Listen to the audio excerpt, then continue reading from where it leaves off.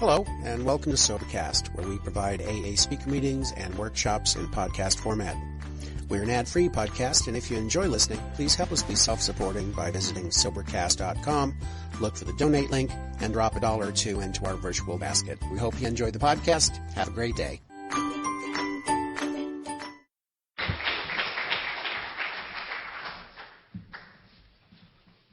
Hi, everyone. My name is David, recovered alcoholic. Thank you. I hope everybody memorized the big book. Everyone? No one? All right. If I say anything that sounds like my opinion tonight, please disregard it. Please throw it away. I'm here to carry my experience, strength, and hope, and my experience in the Big Book of Alcoholics Anonymous, as I've done it with my sponsor and as I've done it with my sponsees. So, sponsorship is a funny thing.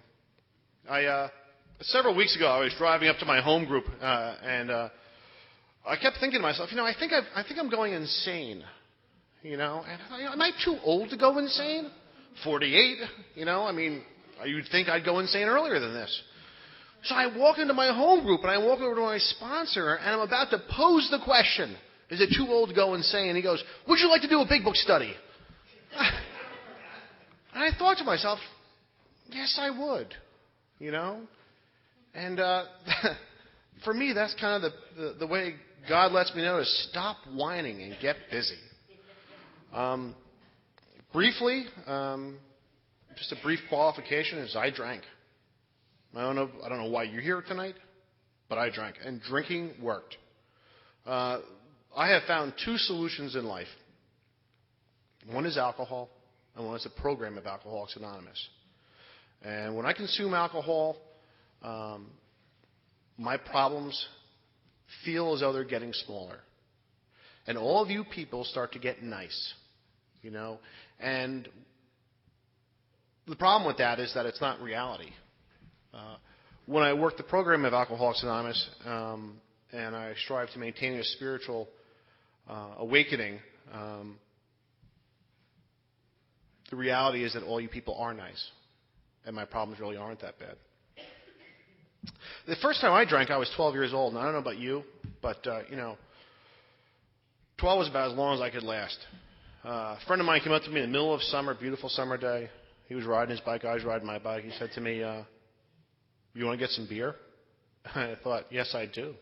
I'm 12. I've been waiting all my life for that question. And I thought to myself, I'm going to get drunk. I didn't think I'm going to get a couple of beers and hang out with the guys down by the river. I thought, I'm going to get drunk. I said, what do I got to do? He goes, give me $2 and meet me down by the river. I gave him $2. I had $2.25 for the summer. It was 1973. And I was willing, And I met him down by the river, and there's a bunch of older kids smoking pot. In a situation like that, normally I would have been baffled as to what to do, but I walked right in, grabbed my six-pack of warm Schlitz, opened it up with I think it was still a church key at that point, for those of you who know what a church key is. Drank 2.5 beers and then did something I would never do again. I said, that's enough. And I handed off 3 beers to somebody else, and I went home that night, and the world was okay. And I didn't even know the world wasn't okay up until that moment. I had no idea that I was uncomfortable with my own skin, that the world was full of mean people. I knew that I was a little different. I was a lot different, actually. I knew that you guys were all judging me. But I just thought, this is the way life was. 2.5 beers later, and you guys weren't judging me anymore. 2.5 beers later, and you guys were my friends. And I had found a place in life I felt comfortable. The next morning, I bounded out of bed, found my friend Richie, and said, let's do that again. And he looked at me and said something I don't know how you say. He says, no. What? I figured he got caught.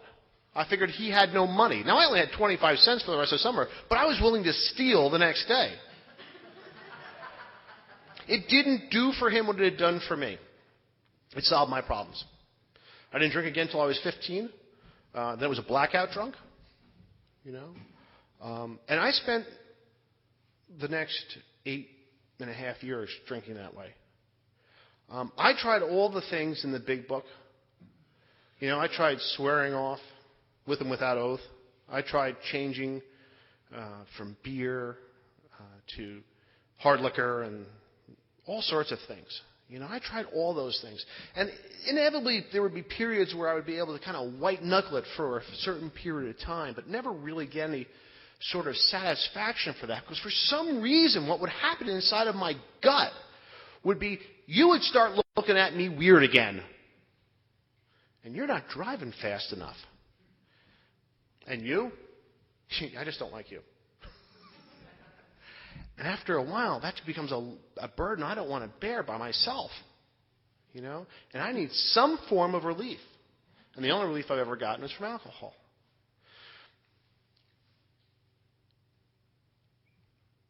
The periods between when I would be able, when things would get so bad that I'd be forced to stop. I was forced to leave New Jersey because there was a guy who was looking for me and my partner to do us physical bodily harm. And we lived under a bush in San Diego. And I'd go downtown twice a week on a bus and give plasma. I'd get $9 and come back to my bush and buy no frills bread. It just said bread on that. Remember when you used to be able to go to the store and buy just bread?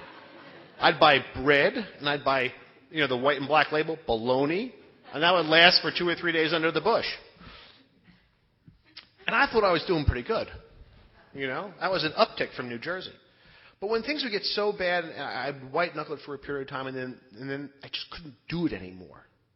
Because I'm living without a solution, right? My solution is booze, and anything like booze, okay? That's the only thing in my life that's a light that turns off the pain and suffering that I think is going on inside of me, right? I come out of the house, to the left is the light of booze, and I don't know that over here on the right is a spiritual awakening in the steps and the program of Alcoholics Anonymous. I don't know, right? I get to the point where I can no longer live with alcohol or live without. And I had spent about 1.5 years staying as drunk as I possibly could. I was a full-time criminal, so I didn't have to show up for work. And no health care, trust me. And all I had to do was kind of hold it together for other full-time criminals who looked as bad as I did. And that I couldn't even really kind of do at the end either. And I felt horrible. And I just knew that something had to change. And I made a decision that this time, that I would stop for good. This time was going to be different. This time I was not going to consume anything. And I was going to get my act together. And somehow I was going to pull my life out of the gutter that I was in. So I white-knuckled it. First day I could not eat. I could not sleep. I could do nothing. Second day I could do nothing but eat and sleep. Third day I could do nothing but throw up. Fourth day I woke up and I thought to myself, I've got this thing licked. And 2 hours later I had a glass of white wine in my hand. And I don't drink white wine. I don't drink white wine. And I just kind of knew, I'm not going to make it. I'm a defective unit. My entire life is void of anything. And I used to see those people, all those healthy-looking people outside. I'd be coming home from the bar at 6 a.m, and they'd be out jogging. Are you kidding me? If there's not a cop behind me, I'm not running. And not at 6 a.m. The fourth day I wake up, I got a glass of white wine in my hand. It's 10 o'clock in the morning, and I am hopeless. All right? I am hopeless. I do not believe the future will be any better. I am lacking hope. I know that I am a defective unit and that my life is over. And I decided there's only one feasible solution, and that's suicide. So I gather a friend of mine up later that afternoon. I said, we're going to go over to New York and get some pills. Because I figured the one thing I knew how to do was consume things. So I get him in the car, and we get over to 23rd Street, and I give him a couple $100 and say, go get me some whatever. And he gets me some of whatever. I said, well, you know what? This isn't going to be enough. Go get me some more of whatever. So I give him a couple $100 more, and he goes out, and I eat the whole bag. And he comes back, and I say, here's a couple $100 more. Go out and get some more whatever. He goes, where's the first bag? I said, I put it away for safekeeping. And then I ate the second bag of stuff. And I don't remember anything after that, oddly enough. I do remember that gravity took hold in a way I'd never experienced before. And I do remember being dragged up the driveway of a local hospital. Somehow I'd made it back to Jersey. And it was very late at night because I remember it was very dark and it was very quiet. And I was being dragged up this driveway into the emergency room of the hospital. And I was put on a gurney and put in a room. And I think my stomach was pumped. And I woke up, right? And I was pissed because I'm not dead.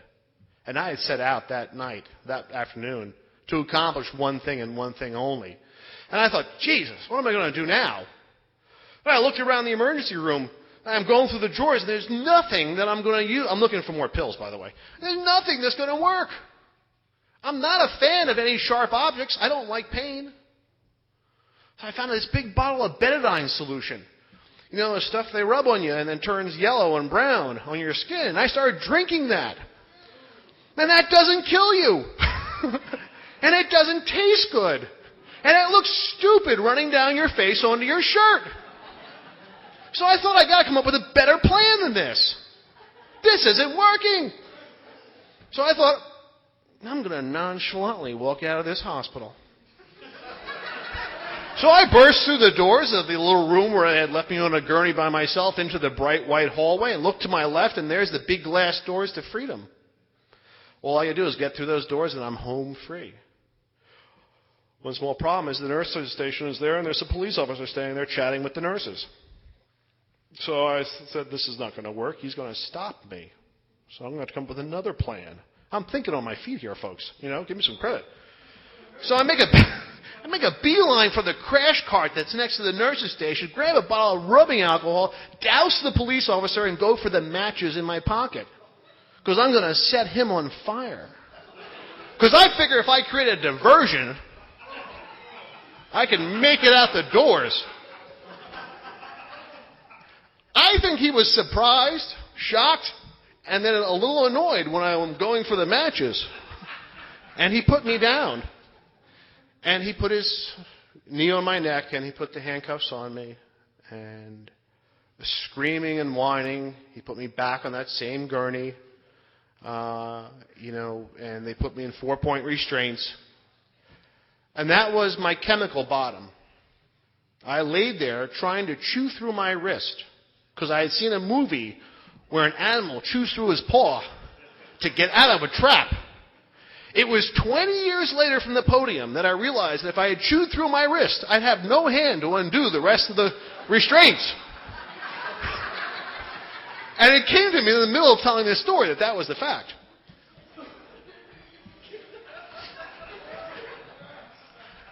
So I didn't have a lot of good plans that night. They wheeled me off to a psychiatric hospital due to my actions. And I'm really very fortunate to have been wheeled off to a psychiatric hospital. I was put on a locked ward to be evaluated because I was considered a danger to myself and to others. Alcohol took me to a place where I would do things I have not, since I've gotten sober, tried to set fire to anybody. Program of Alcoholics Anonymous works, you know. I have not tried to chew any hands off either. You know, alcohol took me to a place where I was completely and utterly devoid of any hope. Right? I was at a point where I believed that there was no tomorrow, and that no tomorrow was a better solution than a tomorrow with me. For 30 days, they evaluated me on this psychiatric hospital, and the answer came back that I wasn't insane, that I was a garden variety alcoholic.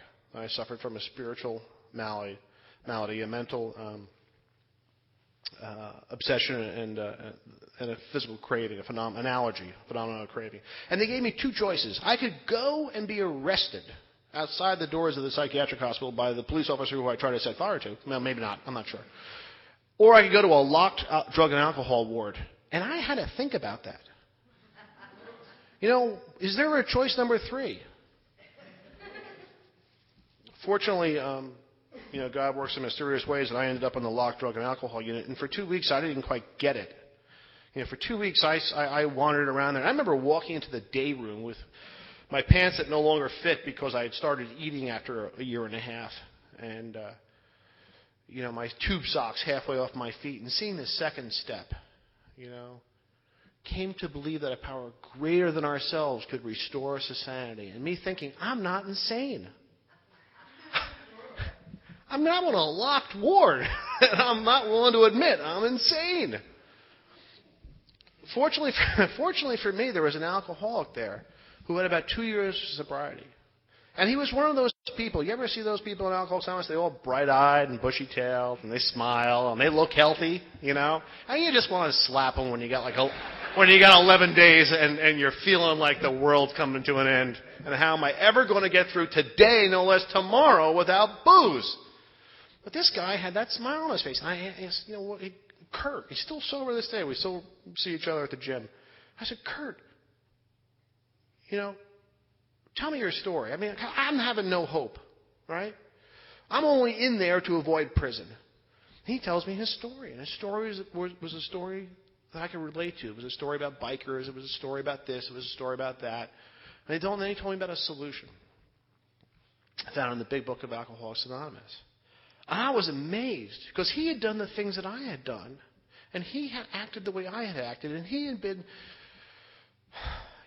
so a slave to this disease. Just absolutely, I can't tell you how many times I'd walk through the door and go, I'm not going to have a drink as I'm reaching for the bottle.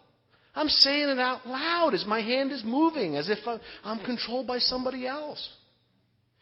I'm going to go home at 11 o'clock. I drank with heavy drinkers. They'd go home at 11 o'clock, drunk, and get up for work the next day. I'd go to Staten Island. I didn't get the 11 o'clock thing. If you make it to 11, you can make it to 3. He told me his story, and I finally got an idea that there was a solution. At the end of 110 days, coincidentally, completely in tandem with the fact that my insurance ran out, I was suddenly cured. And the rehab said, time for you to go. Here's your $110,000 big book. Don't drink and go to meetings. I said, if I could not drink and go to meetings, I actually didn't say that, but I wanted to poke the doctor's eyes out when he did that to me. It was 1985. I turned 24 years old in rehab. And the best that they could give me was a big book of Alcoholics Anonymous and tell me, don't drink and go to meetings. And that's, there's nothing wrong with that if the first thing I do is go to a meeting and find a sponsor and start to work the steps. But I'm looking for every out. I'm looking for the easy way still. Because I don't actually believe I can make it. I believe I'm so broken that nothing's going to fix me. Right? I get out, and I'm willing to go to 90 meetings in 90 days. And I start going to meetings. And I make 90 meetings in 90 days. And when I got 90 days, I go out and shoot some heroin. Maybe at your home group you get a cake. I don't know.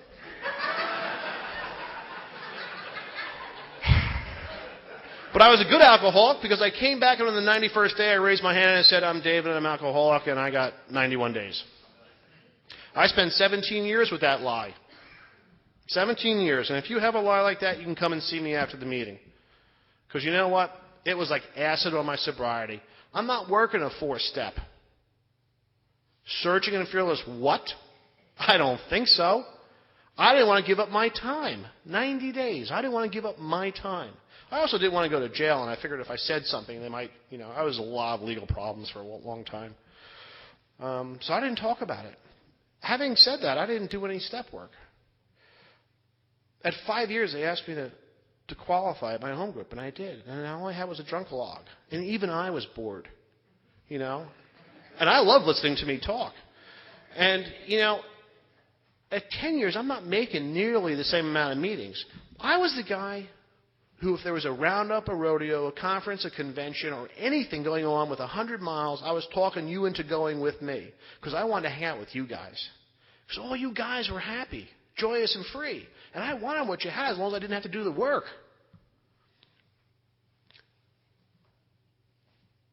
10 years. I'm just not going to a lot of meetings anymore.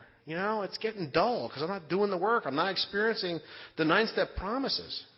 My life has gone from being a high school dropout literally hopeless, to something more than they could ever hoped.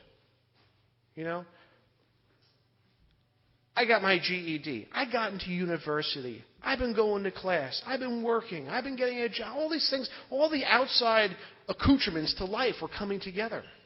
I wasn't working the steps. 15 years. I'm as dry as a bone. I'm like the foothills in Los Angeles. I'm flammable. I'm not working the steps. I'm about to go combustible. 2002, a guy calls me up and says, I have this business deal you can do with this guy in Arizona. I said, I'm going. I had every intention of going to Arizona and getting drunk. I got on a plane, I went to Arizona, and I got drunk. I got drunk on white wine. I hate white wine. White wine does not solve my problems. I came home from that business meeting as demoralized as I had been in 17 years. Because I knew that I had nothing. I'm not coming back to meetings. I'm not coming back to meetings to do the work I never did because I'm better than you people. And if you had asked me, I would have said, I've evolved out of Alcoholics Anonymous. I've evolved. Like one of those things coming out of the water. A certain lack of spirituality in that comment, huh? So, 2 more years, and my wife has a suggestion. She goes, I want a divorce. She was the most selfish, self-centered, self-serving, ungrateful person I've ever met. I said, what can I do? She goes, why don't you try AA again? So I'm back in these rooms on August 8th, 2004. 74 below in New York, and I raise my hand and I say, I've got 1 day back, and all of you people welcomed me as if I was a lost brother. Like I had never gone missing. Right? And 90 days passed, and I'm going to meetings every day, and I'm reading the big book. I'm doing searches on Google for 4-step software. I want to be a part of this. And the guy who was sponsoring me was out in Chicago because he was my cousin. Buddy is in his late 70s now. He still makes 10 meetings a week. He's 30-plus years sober. He's non-Spanish speaking. He started Spanish speaking meetings near his house and learned Spanish to do that. Guy's active. And I got him as a sponsor when I first came back because I knew I needed to do the steps. What I knew was missing the first time was the steps and sponsorship. Right? I don't get a sponsor because I don't want to do the steps. So after 90 days, he says, you really need to get somebody local. And there was this kid who used to get up at the break at my old home group and say, we have a temporary sponsorship program here. And he always had that stupid AA smile on his face. Hi, I'm spiritual.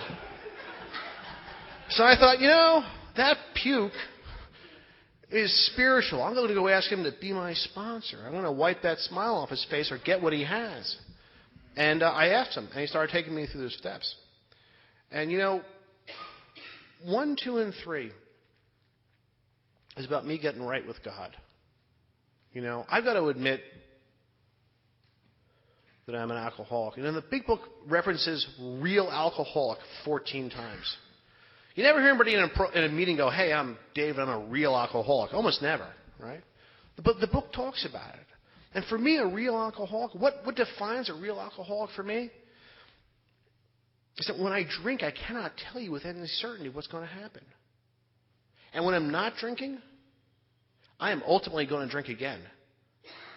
I am powerless over alcohol. So when I consume alcohol, the wheels absolutely come off. I went to a party when I was 16 years old. I went to a party to go party with all my close friends. I woke up 6 hours later on the side of the road in Pennsylvania covered in somebody else's blood. That was not my plan that night. That is not the only time things like that happened. I'm unmanageable because to the best of my ability, I cannot stay away from a drink of alcohol. I had 2 hours on the 4th day away from alcohol, and I found myself drinking the only thing that was in the house. Powerless over alcohol, and my life has become unmanageable. Not because I can't pay the bills, not because I can't keep a job. When I came back into the rooms of Alcoholics Anonymous as a dry, drunk. Right? My life was unmanageable because I was the most unspiritual person in the world. I had drank 17 years later. 2 and 3 about me getting right with God. Me accepting that, a power greater than myself is going to restore me to sanity. And I've got to surrender. Chuck Chamberlain talks about it, right? In A New Pair of Glasses, he talks about, surrender is a continuous act. And I didn't get that when I first came back in. What I got was you took these steps in the order they were supposed to be taken, and you did these things like a task. Like, if your wife leaves you a note, go clean the garage. You clean the garage. And then that's done. Make a decision to turn my will and my life over to the care of God. I have to do that on a continuous basis. A guy like me wants to take that back. 4 and 5 are about me. 6 and 7 are about God. And 8 and 9 are about you. I've got to find out what my unsaleable inventory is. Make a confession of that to my sponsor or to whoever I'm working with, and to God. And I'm going to go out and ask God to remove these shortcomings, these defects. God, Bill Wilson talks about it in the Big Book in a variety of different ways. It's not just character defects; it's shortcomings. He's a wordsmith. He uses a lot of words to describe these things. And I've got to take those actions. I've got to ask God to remove these shortcomings. Because I don't have the power to do that.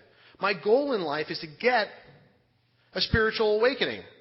That's what the book promises me if I do the work. I'm going to get a spiritual awakening. My problem is not alcohol. My problem looks like alcohol because when I consume it, the wheels come off. Right? But the reality of the situation is, the first thing that happens to a guy like me, right, is I become spiritually unfit. And then I seek a solution outside of myself, which is alcohol, and I develop a mental obsession about that. And the last thing I do is drink. I've got to ask God to remove these shortcomings because I can't do it. And I'll tell you something. I remember going through my sponsor, my first sponsor, right? We get to the 6th step. What can you possibly do work-wise on the 6th step? We were entirely ready to have God remove all these defects of character. What can you possibly do? For me, that was like the middle of the steps. It's the coffee step. You take a break. This guy has me writing. What am I going to write on? He has me writing for 6 weeks. And you know what I figured out? I was catching up to him in the steps. That's what I figured. That wasn't the truth, by the way. But that's what I'm thinking.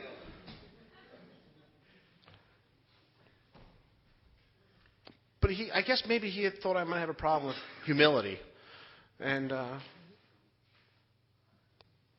I've got to ask God because I can't do these things. And I remember walking down the streets, having done 6 and 7 in Manhattan on a beautiful day, seeing beautiful women walking by and going in my head, please God, take this from me. Please God, take this from me. Please God, take this from me.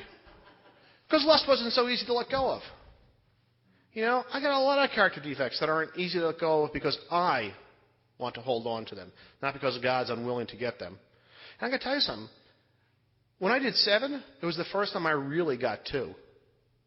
Because I got to have a loving and caring God to hand this stuff off to. If I don't, who's going to want to take this stuff? I've got to go out and make my amends. Right? 8 and 9 are about you. And the book is very clear. I'm not supposed to make a living amends. I'm not supposed to make direct amends wherever possible, right? And I had to do that. And there were people that, I had this long period between the time that I came off my chemical bottom to the time that I truly got sober, right? So I had 2 sets of amends. I had amends, some of which could not be made because people had died in the interim. 60% of the people that I hung out with are dead when I was a kid. I'm 48 years old. 60% of the people that I hung out with on my street, my list of guys who I hung out with, are dead. There were guys I can't make amends to. Parents of guys that I needed to make amends to were dead. I had to go out and make amends to those who I could, and I had to go out and make amends to the people that had occurred between the time that I hit my chemical bottom to the time I came back into the rooms. And that was a different set of amends. A lot of those were business amends. I didn't steal from my partners, but I treated them poorly. I was self-centered, self-serving. I did not have a spiritual awakening. I was all about me. One of the first amends I went to make was with my mother. Now, I had made amends to my mom before, but this time I actually meant it. And I showed up with her. Now, I got to tell you something. Before making this amends, I'd complain, why doesn't she come by the house more often? She has 3 lovely grandchildren. She lives 9 miles from me. And I would complain that she wouldn't come over on the weekends. Now I sit down with her and I do my amends with her, and we're both sitting there crying. And this is during the week. The next Saturday morning I woke up, and the first thing that came to my mind was, why don't I take the kids to Grammy's house? And if you had told me that simply making an amends would free me from the bondage itself with my mother, somebody who I had a close relationship with, I would never have gotten that. I would never have realized that all of a sudden I'd want to do for others to the exclusion of myself.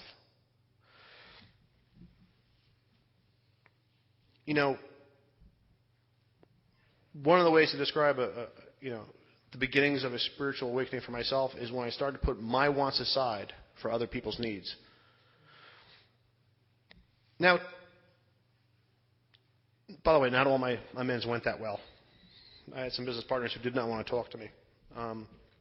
But I was willing to make the amends, and I've been willing to make the amends to anybody. I've reached out and gone and met with people who do not want to talk to me, and I can't change that. But I'm available to them anytime they want, anytime that they make the change. And they know that because I've told them that more than once. So 10 is 4 through 9, right? Now, I don't know about you, but I can't wait to the nighttime to make.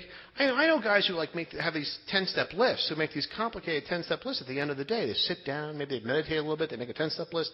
I'm not like that. I tried that. My first sponsor was like that. Go home and make a list. Let's go through that. I'd get home and I have 5 people on my list. I'm like, oh crap, and now I can't sleep. I'm thinking about it. I'm running scenarios through my head. I'm having conversations with people who aren't there, don't exist. I'm going to make these amends tomorrow.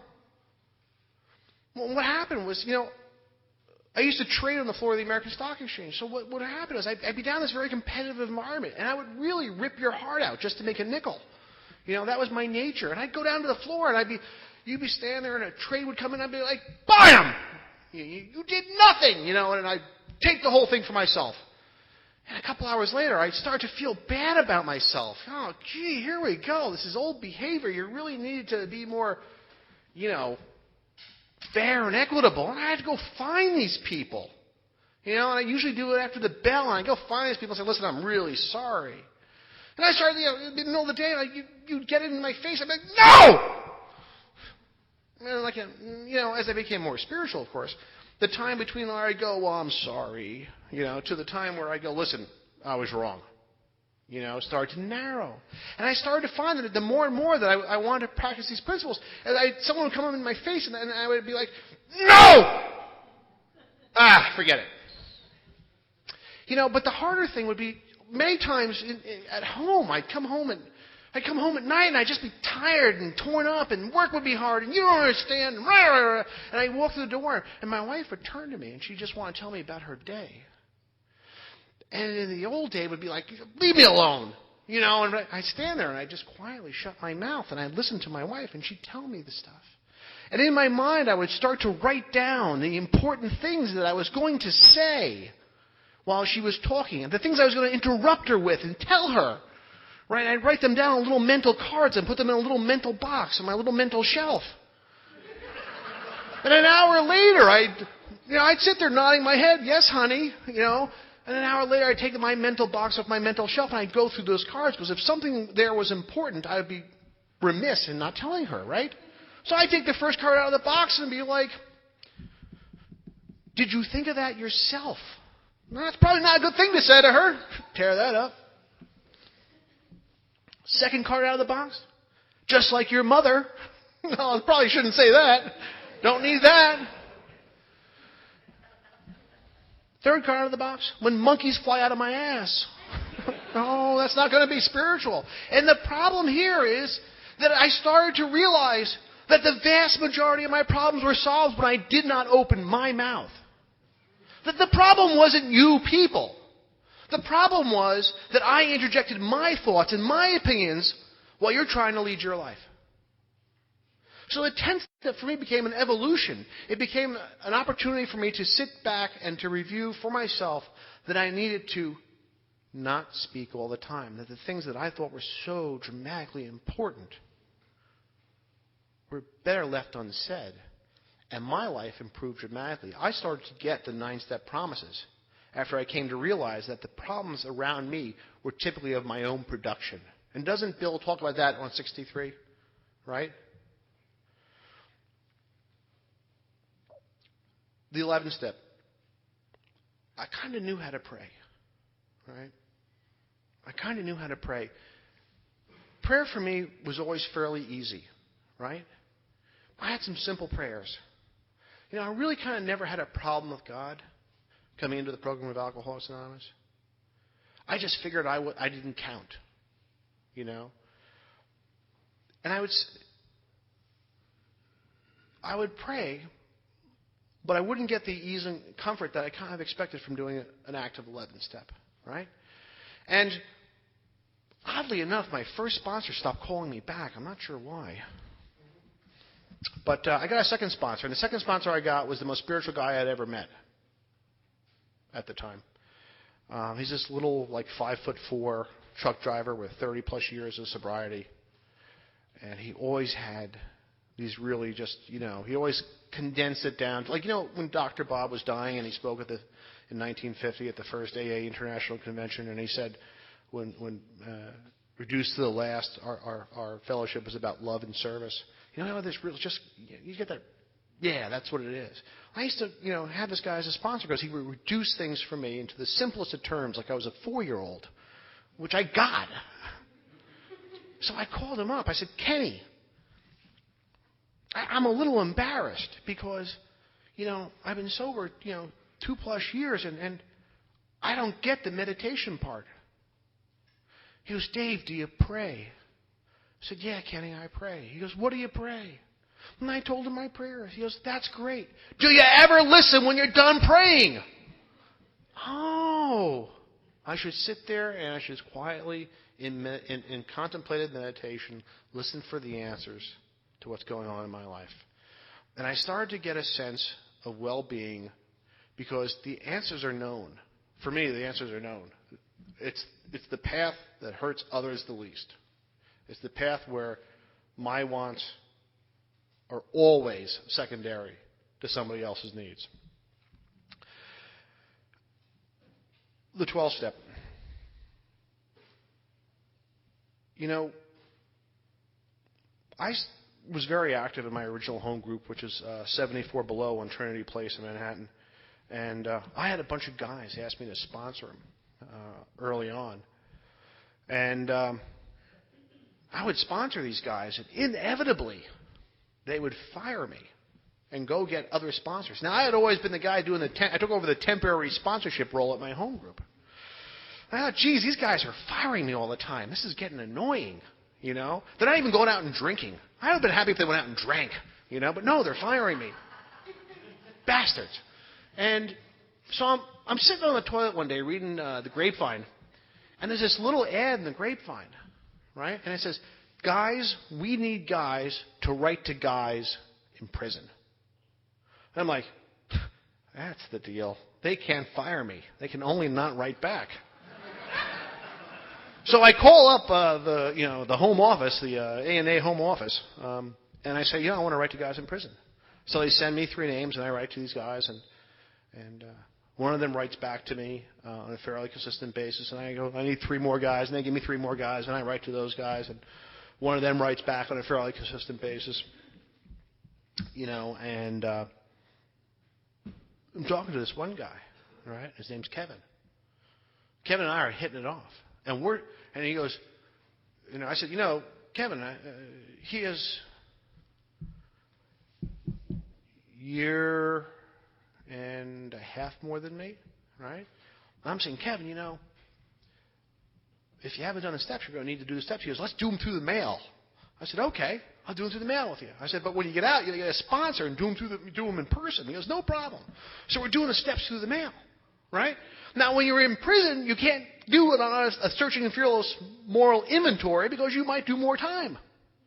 You've got to change the phrase of what you're saying that you've done and talking about when you're writing to this guy.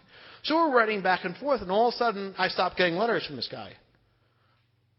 But I get a phone call. He goes, I just got out. Now, in case you're wondering, AA will hook you up with somebody in prison on the other coast of the country, just in case they get out and they're pissed at what you said. So this guy gets out. And he lives in Bakersfield. And they have him in a halfway house. He goes, Dave, I just got out. I'm like, wow. Dude, you need to go get a sponsor.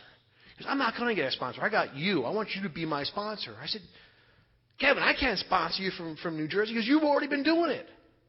I said, all right, well, what the hell? I'll try it. But I said, but I want you to know, my sponsor told me that I need to fire you and you're supposed to get another sponsor. He goes, I'm not doing that. All right. So now we're doing a real fourth step, a real fifth step, And we're going over stuff for hours on the phone. And I'm working with this guy.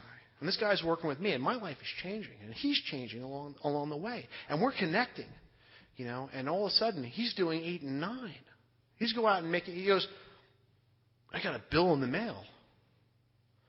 He owed a lot of money when he went to prison. He goes, I got a bill in the mail. What should I do? I said, well, I think you should pay it. I said, throw caution to the wind. What could possibly go wrong? So he pays it. You know what they do? They send him a new bill for some other charges. I said, well, I guess something can go wrong. I said, contact them and find out what the total amount is for you to make this right. Because they would just keep sending him bills, right? They were a collection agency. He went and cleaned up his past far faster than he ever thought. Now, this guy is taking armfuls of big books and packs of cigarettes and going down to the Salvation Army every weekend in Bakersfield, California. And he's handing out the cigarettes and the big books to people. And he's doing big book studies with these guys. And these guys are getting out, and he's sponsoring them. And he goes, this is great, Dave. You've done such good for me. I'm like, I did nothing but sit on the toilet. What did I do? He goes, this is a blast. I said, all right, well, so I'm coming to Disneyland. In California. I said, let's get together. So we get together, and we speak in Bakersfield in front of 150 people, and we tell our story, and people are crying. And there was a little kid in the front thinking, I want to buy him. The kid jumped out of his seat, and the whole place is going crazy. And I don't get this. I don't get this under my own steam. Under my own steam, I'm in 4-point restraints, trying to chew through my arm. I don't get this when my best thinking comes into play. I get this because 2 alcoholics in June of 1935 shared with each other their story and began to realize that they could stay sober with the help of each other. I stood in Akron at the Cyberling Estate in the room where Dr. Bob and Bill first met after dinner. Now, I get goosebumps just thinking about it. If you ever get a chance, Founders Day weekend, second weekend in June, thank you. Second weekend in June every year. And it's a blast. It's a blast. Kevin and I have become close friends. Kevin's been out to New Jersey. Kevin spoke at our home group. Kevin carries the message. Kevin pulls up in front of a 7-Eleven a couple of weeks ago, 2 months ago. And there was a guy panhandling for change at 7 in the morning, shaking, waiting to get some booze. Kevin goes in, buys him a can of beer, wraps his phone number around that beer, and hands it to the guy and says, brother, I've been there. If you want to feel different, call me on my number, and I'll take you to a meeting. 2 weeks later, that guy's in a halfway house. I didn't do that. Kevin didn't do that. The program of Alcoholics Anonymous, in its unbridled form, simple message that was carried to me by one alcoholic that I hope that I can sometimes carry to another alcoholic did that. For 5,000 years, people like you and I died from alcoholism. From the first time they crushed grapes. And now I get to lead a life beyond my wildest dreams. Right? Not this past weekend, but the weekend before, my daughter had a bat mitzvah. 13-year-old daughter had a bat mitzvah. And I found out 2 days before that she had a boyfriend. Yeah, he's going to be at the bat mitzvah too. I'm going to track him down. And I'm standing there at the bat mitzvah, and this little blonde-haired kid runs up to me and hands me an envelope, goes, "This is for Lucinda," and he runs away. And Lucinda's new boyfriend's name was Ryan. And I look down on the envelope and it says, "To Lucinda from Ryan H." I thought, Ryan? Get over here! But I shouldn't have that. You know, I mean, not that I shouldn't have that, but a guy like me doesn't get that kind of end to his story. You know, a guy like me ends up with the choice of, of jails, institutions, or death. You know, a guy like me, I drank at all costs.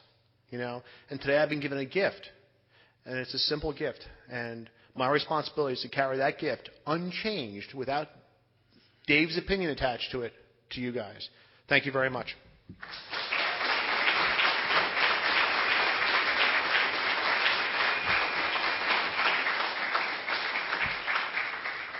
There was a lot of good stuff starting on page 83 that I had every intention of covering today.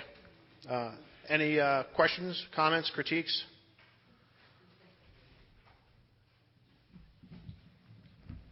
We have 3 minutes. Okay. Thank you.